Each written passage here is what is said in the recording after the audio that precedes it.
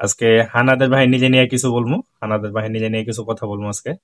আর হানাদার বাহিনী কি জন্য বললাম সেটা আপনাদেরকে বলি, কারণ আমার অনেক বন্ধু বান্ধব আছে হানাদার বাহিনীর, একসাথে কাজ কাম করি। তো আমি যদি এদের নাম নিয়ে, এদের দেশের নাম নিই, তাহলে মনে করবো যে আমি এদেরকে নিয়ে, এদের দেশ নিয়ে কিছু বলছি। তো এই জন্য হানাদার বাহিনী বললাম আর কি। আর হানাদার বাহিনী কারে বলে আপনারা অবশ্যই বুঝতে পারছেন আর কি।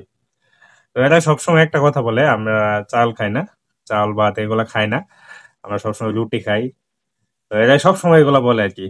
তো সব জায়গায় তো আর রুটি চলে না। সৌদি আরবে যত আছে আপনার, এই আপনার ক্যান্টিন ম্যান্টিন আছে, ক্যাম্পের মধ্যে সব জায়গায় বেশিরভাগই ভাত চলে আর কি, তো চাউল চলে আর কি।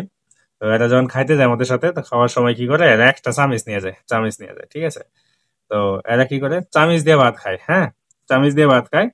আর মাংস টাংস দেয় না, ও দুই হাতে সিরা সিরা খায়, ঠিক আছে, দুই হাতে সিরা সিরা খাইবো।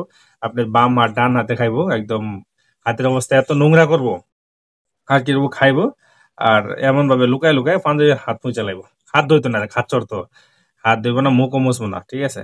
কিন্তু চামিচ দিয়ে ভাত খাইবো, চামিচ দিয়ে ভাত খাইবো। আর মাংস, মাংস সবজি টবজি যা আছে সব হাত দিয়ে খাইবো, একদম এক করে লাইবো। এটা হচ্ছে এত খাচ্চর, ঠিক আছে।